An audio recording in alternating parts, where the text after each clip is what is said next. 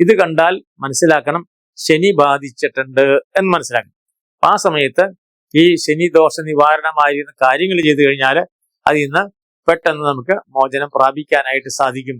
ഈ 3 നാമങ്ങള് നേരെ ഉരുവിട്ട് കഴിഞ്ഞാലും ശനി ബാധിക്കില്ല എന്നാണ് പറയുന്നത്.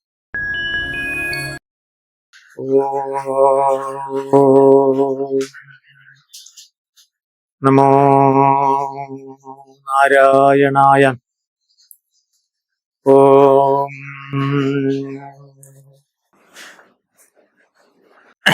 കാലചക്രത്തിന്റെ ഗതി അനുസരിച്ചിട്ട് നമുക്ക് ഓരോ ഗ്രഹങ്ങള് നമ്മുടെ ജന്മരാശിയിൽ ഇങ്ങനെ വരും. അപ്പൊ ജന്മരാശിയിൽ വരുമ്പോ ജന്മരാശിയുടെ 4, 7, 10 ആ ഭാഗങ്ങളിൽ ശനി നിൽക്കുന്ന സമയത്തിനാണ് നമ്മൾ സാധാരണ കണ്ടകശനി എന്നങ്ങോട്ട് പറയും. നേരെ മറിച്ച് 11, 12, 1 ആ 3 രാശികൾ അടുപ്പിച്ച് വരും. 12, 1 ഒന്നാമത്തെ രാശിക്ക് ജന്മരാശി എന്ന് പറയും. പിന്നെ 2 12, 1, 2 ഈ രാശികൾ അടുപ്പിച്ച് വരുമ്പോൾ അതിനാണ് 7.5 ശനി എന്ന് പറയും. കാരണം ശനി സഞ്ചരിക്കുന്നത് 2.5 കൊല്ലമാണ്. ശനി ഒരു രാശി കടന്നിട്ട് അടുത്ത രാശിയിലേക്ക് പോകും. അപ്പൊ ശനി ഇങ്ങനെ, അതുകൊണ്ടാണ് ശനി പതുക്കെ സഞ്ചരിക്കുള്ളൂ. അതാണ് ശനിക്ക് മന്ദൻ എന്ന് പേരിട്ടാൻ കാരണം. മാ എന്നാണ് അതില് ജ്യോതിഷത്തിലൊക്കെ തന്നെ പറയാം, മന്ദനാണ്, പതുക്കെ സഞ്ചരിക്കുള്ളൂ. അപ്പൊ അങ്ങനെ കണ്ടക ശനിയുണ്ട്, ഈ 7.5 ശനിയുണ്ട്. അതാണ് കാലചക്രത്തിൽപ്പെട്ടതായിരിക്കുന്ന ശനിയുടെ ദോഷങ്ങൾ. പിന്നീട് മനുഷ്യൻ ജനിച്ചു കഴിയുമ്പോൾ ഒരു പ്രത്യേകതായിരിക്കുന്ന കാലത്ത് ജനിക്കും, ഒരു ദശാകാലത്തിൽ ജനിക്കും. അങ്ങനെ ദശാകാലം ജനിക്കുമ്പോൾ ഉദാഹരണത്തിന് ചന്ദ്രദശയിൽ ജനിക്കുന്ന ഒരാള്, അപ്പോ നേരെ സൂര്യദശയിൽ ജനിക്കുന്ന ഒരാള്, സൂര്യന്റെ ദശയിൽ ജനിക്കുന്ന ഒരാള് പിന്നെ ചന്ദ്രദശ കഴിഞ്ഞ് അങ്ങനെ ചുറ്റി വരുമ്പോൾ രാഹു കഴിഞ്ഞാൽ പിന്നെ ശനിയായി. 19 വർഷം നേരെ ശനി കാലമെന്ന് പറയാം. ശനിദശയാണ്. ശനിദശയിലൊക്കെ നല്ലതുണ്ട്, ദശാകാലത്തില് നല്ലതുണ്ടാവും, ചീത്തയുണ്ടാവും. പക്ഷെ ജന്മരാശിയിൽ കൂടിയിട്ട് ശനി സഞ്ചരിക്കുമ്പോൾ അതിനാണ് സാധാരണ നേരെ ജ്യോതിഷത്തില് ചാരവശാൽ എന്ന് പറയും. മറ്റേത് ജന്മവശാലാണ്. ജനിച്ചപ്പോൾ ഏത് രാശി അങ്ങനെ ജന്മവശാലാണ്. ഇത് ചാരവശാൽ, ശനിയുടെ സഞ്ചാരവശാൽ എന്നാണ് അർത്ഥം. ചാരവശാൽ എന്നാണ് പറയുന്നത്. അപ്പൊ ചാരവശാല് നമ്മള് 4, 7 അതേപോലെ 10 അതിനെ കണ്ടകശനി എന്ന് പറയും. ചിലർ പറയും കണ്ടകശനി കൊണ്ടുപോകും എന്നൊക്കെ പറയും. അതേപോലെ 11, 12, 1, 2 അത് 7.5 ശനി. കാരണം ശനിയുടെ കാലഘട്ടം 2.5 വർഷമാണ്. അതുകൊണ്ടാണ് 7.5 ശനി. 7.5 കൊല്ലമാണെന്നാണ് പറയുക. 7 ശനി 7.5 കൊല്ലം നിൽക്കും. അപ്പോൾ 2.5, 2.5, 2.5 അങ്ങനെയാണ് 7.5 ശനി. മറ്റേത് വെറും 2.5 കൊല്ലം. അപ്പൊ എന്താണ് ഈ ശനിദോഷങ്ങള് നമുക്ക് മാറ്റാൻ പറ്റില്ല. കാരണം ശനി സഞ്ചരിച്ചു കൊണ്ടേയില്ല. എല്ലാ ഗ്രഹങ്ങളും സഞ്ചരിക്കുമ്പോൾ ശനി സഞ്ചരിക്കും. അപ്പൊ അതിനെന്ത് വേണം? ശനിദോഷങ്ങള് നമ്മളെ ബാധിക്കാതിരിക്കാനായിട്ട് നേരെ നമ്മുടെ പൂർവികന്മാര് പറഞ്ഞു തന്നതായിരിക്കുന്ന വിദ്യകൾ ഏതാണ് എന്ന് ചോദിച്ചാൽ, ഒന്ന് നവഗ്രഹങ്ങളില് നേരെ പൂജ കഴിക്കുക, ശനിക്ക് പൂജ കഴിക്കുക. അപ്പൊ നവഗ്രഹങ്ങളിൽ പ്രതിഷ്ഠിച്ചതായിരിക്കുന്ന ക്ഷേത്രങ്ങളുണ്ട്. അവിടെ പോയിട്ട് ശനിക്ക് നേരെ ദീപം കൊളുത്തണം എന്നാണ് പറയാം. ചിലര് നേരെ എള്ളുതിരി സമർപ്പിക്കുന്ന ഒരു സമ്പ്രദായമുണ്ട്. പക്ഷെ എള്ളുതിരിയേക്കാൾ നല്ലത്, എള്ളുതിരി വെച്ചാൽ എള്ളു മുഴുവൻ വേസ്റ്റായി പോകും. എള്ളൊഴിച്ച് എണ്ണ ഒഴിച്ച് കത്തിക്കലാണ്. അപ്പോ ശരിക്കും സാധാരണ ദീപം കൊളുത്തിയാൽ മതി. എണ്ണയില് നല്ല എണ്ണയില് എള്ളുണ്ട്. അപ്പൊ എള്ളാണ് ശനിക്ക് നേരെ അവിരുദ്ധമായിരിക്കുന്ന ഒരു ധാന്യമായിട്ട് കണക്കാക്കുക. ശനിയെ ഇല്ലാതാക്കാനായിട്ട് എള്ളിനാണ് സാധിക്കുക എന്നാണ് പറയുന്നത്. അപ്പൊ അതുകൊണ്ടാണ് നേരെ ശനിദോഷങ്ങള് മാറാനായിട്ട് ശനി ഭഗവാന്റെ മുമ്പില് നേരെ എള്ള് സമർപ്പണം ചെയ്യാം, എള്ള് പറ സമർപ്പിക്കാം, എള്ള് സമർപ്പണം ചെയ്യാം ശനിദോഷത്തിന്. മറ്റൊന്നെന്താണ്? ആ ശനി ഭഗവാന് നേരെ നിവേദിക്കുന്നത് എള്ള് പായസം നിവേദിക്കാമെന്നാണ് പറയുന്നത്. എള്ളും ശർക്കരയൊക്കെ ചേർത്ത് അല്പം തേനൊക്കെ ഒഴിച്ചു കഴിഞ്ഞാല് പായസവും. അപ്പൊ എള്ള് പായസം നിവേദിക്കുക എന്നൊരു ചടങ്ങുണ്ട്. അപ്പൊ ശനിദോഷങ്ങൾക്ക് പരിഹാരമായിട്ട് എള്ള് ദോഷങ്ങള് ശനി ഭഗവാന് എള്ള് പായസം നിവേദിക്കും. അപ്പോൾ നവഗ്രഹങ്ങളിലൊക്കെ തന്നെ എള്ള് പായസത്തിന് ഒരു എള്ളുണ്ട നേരെ സമർപ്പിക്കും. എള്ളാണ് നേരെ ശനിദോഷത്തിനുള്ളതായിരിക്കുന്ന ധാന്യമായിട്ട് പറയാം. ഓരോ ഗ്രഹങ്ങൾക്കും ഓരോ ധാന്യങ്ങളുണ്ട്. അതില് നേരെ ശനിക്ക് എള്ളാണ് പ്രധാനം. പിന്നെ ശനിയെ നിയന്ത്രിക്കുന്നതായിരിക്കുന്ന ശനിയുടെ ദേവന്മാരുണ്ട്. ആ ദേവന്മാരെ നേരെ സ്വാധീനിച്ചു കഴിഞ്ഞാൽ ആ ശനി നമ്മളെ ഉപദ്രവിക്കില്ല എന്ന് പറയും. അതില് പ്രധാനപ്പെട്ടതായിരിക്കുന്ന ഒന്നാണ് ശാസ്താവ് എന്ന് പറയുന്നത്. കേരളീയ സമൂഹത്തില് നേരെ ശാസ്താവിന് ആ ശനി ഭഗവാന്റെ നാഥന്റെ സ്ഥാനാണത്. അപ്പൊ ശനിയെ നിയന്ത്രിക്കുന്നത് ശാസ്താവ് എന്നാണ് പറയുന്നത്. അപ്പൊ അതുകൊണ്ട് നേരെ ശാസ്താവിന് നേരെ എള്ളുപായസം, ശാസ്താവിന് വിളക്ക്, ശാസ്താവിന് ദീപം തെളിയിക്കുക, ഇതെല്ലാം ചെയ്തു കഴിഞ്ഞാല് ശനിക്ക് നേരെ പരിഹാരമാകും, ശനി ദോഷങ്ങൾ കുറയ്ക്കാൻ സാധിക്കും. അപ്പൊ ശനി നമ്മളെ ബാധിക്കുമ്പോൾ ശനിദോഷങ്ങളെ തീർക്കാനായിട്ട് ശാസ്താക്ഷേത്രങ്ങളിൽ നേരെ പോയിട്ട് ഈ തരത്തിലുള്ള വഴിപാടുകൾ ചെയ്യാം. എള്ള് പായസം നിവേദിക്കാം. ചിലര് എള്ളുതിരി കത്തിക്കുന്നവരുണ്ട്. അതേപോലെ എള്ളുതിരി കത്തിക്കാൻ വിരോധമില്ല. കാരണം എള്ള് നേരെ ഭഗവാന് നേരെ ശനിയുടെ ദോഷങ്ങൾ തീർക്കുന്നതാണ്. പിന്നീട് നേരെ എള്ള് സമർപ്പണം ചെയ്യാം, എള്ള് പറ വയ്ക്കാം, ഇതെല്ലാം എള്ള് തുലാഭാരം നടത്താം. അപ്പൊ ഇത് ശാസ്ത്രക്ഷേത്രങ്ങൾ. അതേപോലെ മറ്റൊരു പരിഹാരം എന്താണ്? ആൽപ്രദക്ഷിണം എന്നാണ് പറയുന്നത്. അപ്പോ ആലിന് പ്രദക്ഷിണം ചെയ്യാനാണ്. എന്താണ് ആലിന് പ്രദക്ഷിണം ചെയ്യാനുള്ളതായിരിക്കുന്ന ഒരു പ്രത്യേകത? അപ്പൊ ആലിന് പ്രദക്ഷിണം ചെയ്താൽ അപ്പൊ 7 പ്രദക്ഷിണം മിനിമം വേണം ശനിദോഷങ്ങൾ തീരാൻ. അപ്പൊ 7 പ്രദക്ഷിണം ചെയ്താൽ നേരെ ശനിദോഷങ്ങൾ കുറയും. അത് 7 ആകാം. അപ്പൊ അതിന്റെ ഇരട്ടിയായിട്ട് അങ്ങനെ പോകാം. 108 പ്രദക്ഷിണം ചെയ്യുന്നതായിരിക്കുന്ന ആളുകൾ ഉണ്ട്. പാലിനെ ഇങ്ങനെ പ്രദക്ഷിണം ചെയ്ത് കഴിഞ്ഞാൽ ആ സമയത്താണ് നമ്മളിങ്ങനെ പ്രദക്ഷിണം ചെയ്യുന്നതോറും നമ്മുടെ ശനിദോഷങ്ങൾ തീരും എന്നാണ് പറയാം. അപ്പൊ എന്താണ്, ഏതൊരു കാര്യത്തിനും അതിൻ്റെതായിരിക്കുന്ന ഒരു ലോജിസ്റ്റിക് ഉണ്ട്, ഒരു ന്യായീകരണമുണ്ട്. ആല് എന്നുള്ള വൃക്ഷത്തിനെ പ്രദക്ഷിണം ചെയ്താൽ ശനിദോഷങ്ങൾ തീരും. മാവിനെ പ്രദക്ഷിണം ചെയ്താൽ ശനിദോഷങ്ങൾ തീരില്ല. പ്ലാവിനെ ചെയ്താലും തീരില്ല. അപ്പൊ എന്താണ് ആലിന്റെ പ്രത്യേകത എന്ന് ചോദിച്ചാല്, ആല് എന്ന് പറയുന്ന സ്ഥലത്ത് നേരെ ഇതിന്റെ പ്രത്യേകത അത് പുരാണങ്ങളിൽ പറയുന്നത്, പ്രത്യേകിച്ച് ശിവപുരാണത്തിൽ പറയുന്നു. പിപ്പലായനൻ എന്ന് പേരായിരിക്കുന്ന ഒരു മഹർഷി ഉണ്ടായി.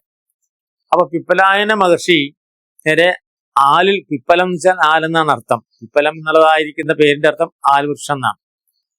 പിപ്പലൻ എന്നുള്ളതായിരിക്കുന്ന, അപ്പൊ പ്രസവിച്ച ഉടനെ തന്നെ ആൽച്ചൂട്ടിൽ കിടന്നിട്ടാണ് ജനിച്ചത്. അപ്പൊ ആലായിരുന്നു തറവാടും ഒക്കെ തന്നെ. അപ്പൊ പിപ്പലായന മഹർഷിയുടെ സ്ഥലവും ഒക്കെ തന്നെ ആലാണ്. ആ ആലിന്റെ മോടിലുള്ള വനദേവതമാരാണ് ആ കുട്ടിയെ കാത്തിരക്ഷിച്ച് വളർത്തി പഠിപ്പിച്ചത്. അപ്പൊ അങ്ങനെ ഇരിക്കുന്ന സമയത്താണ് പിപ്പലായന മഹർഷി ഇങ്ങനെ സഞ്ചരിക്കുമ്പോൾ നേരെ ശനി ആളുകളെ പീഡിപ്പിക്കുന്നതായിട്ട് കണ്ടു. അപ്പൊ ആ സമയത്ത് നേരെ പിപ്പലായന മഹർഷി ശനിയെ ശപിക്കാനായിട്ട് പോയി.